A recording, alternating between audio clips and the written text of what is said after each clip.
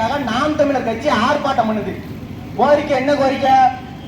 ஆமா, ஆதி தமிழர்கள் எல்லாரும் இந்த வெயில் காலத்துல அவங்க வீட்டுல இருக்க முடியல, அதனால ஏசி வேணும் அப்படின்னு கேட்டு போராட்டம் பண்ணுதாங்க. அப்படித்தானே? ஏசி கேட்டு போராட்டம் பண்ணுதாங்க. இல்லைன்னா பயணி நிக்கிறதுக்கு எங்களுக்கு சொகுசா கார் வேணும், மகிழுந்து வேணும்னு சொல்லி போராடுறாங்க.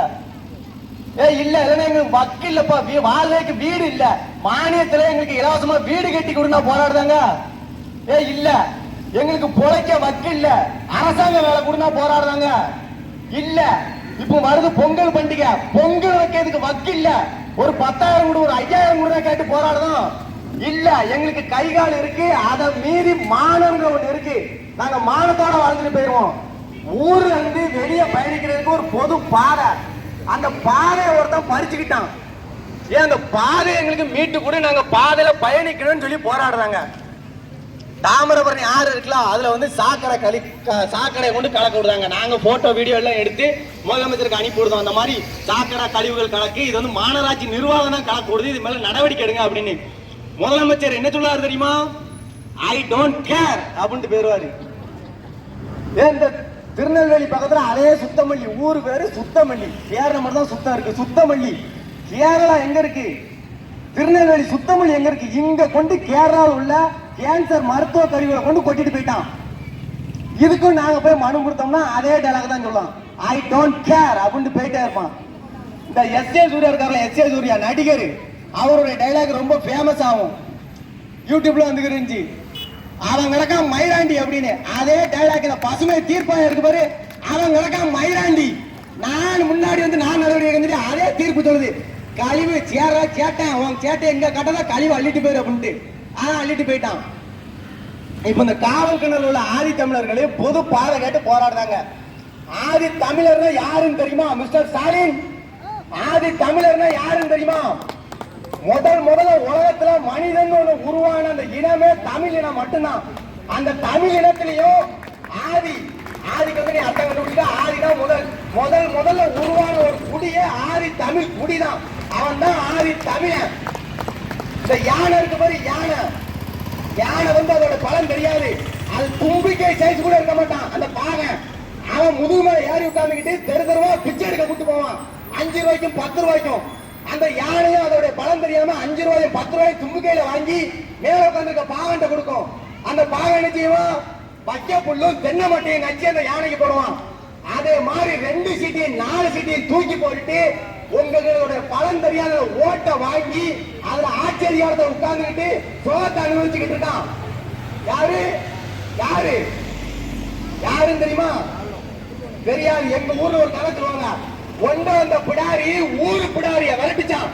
அதே மாதிரி பொழைக்க வக்கு இல்லாம, சோத்துக்கு வழி இல்லாம, பஸ்ல ஏறி வந்தா டிக்கெட் எடுக்கணுமா அப்படின்னு கள்ள ட்ரெயின்ல ஏறி இருக்கையே போக்குவரத்துல குறைந்த கட்டணம் வாங்கக்கூடியது ரயில்வே தான்.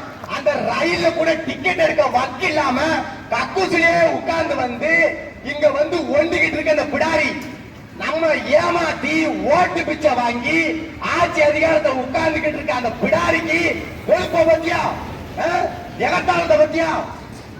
இந்த மக்கள் இருக்காங்க ஆதி தமிழர்கள், சவால் விட்டு சொல்லுங்க மிஸ்டர் அதே ஸ்டாலினுக்கு தான் சவால் விட்டு சொல்லுங்க. உனக்கு தைரியம் தெம்பு நெஞ்சத்தை இருந்தா குடிவாரி கணக்கெடுக்க நடத்தி பாரு.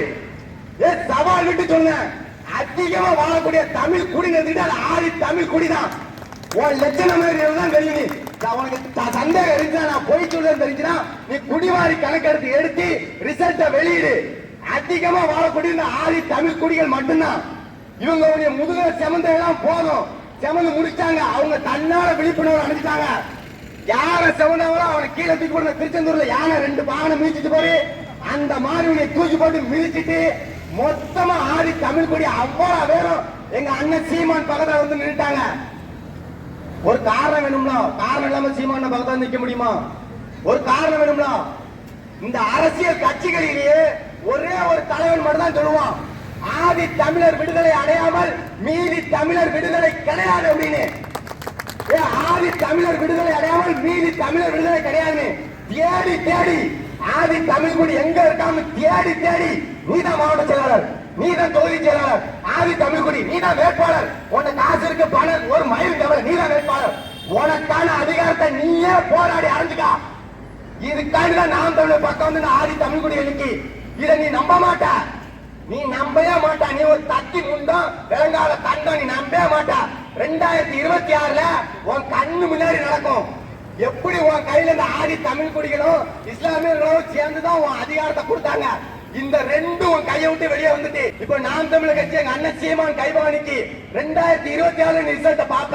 ஒழுங்கு மரியாதை இந்த போராட்டத்துக்கு அப்புறம் பாதையை மீட்டு கொடுத்துரு.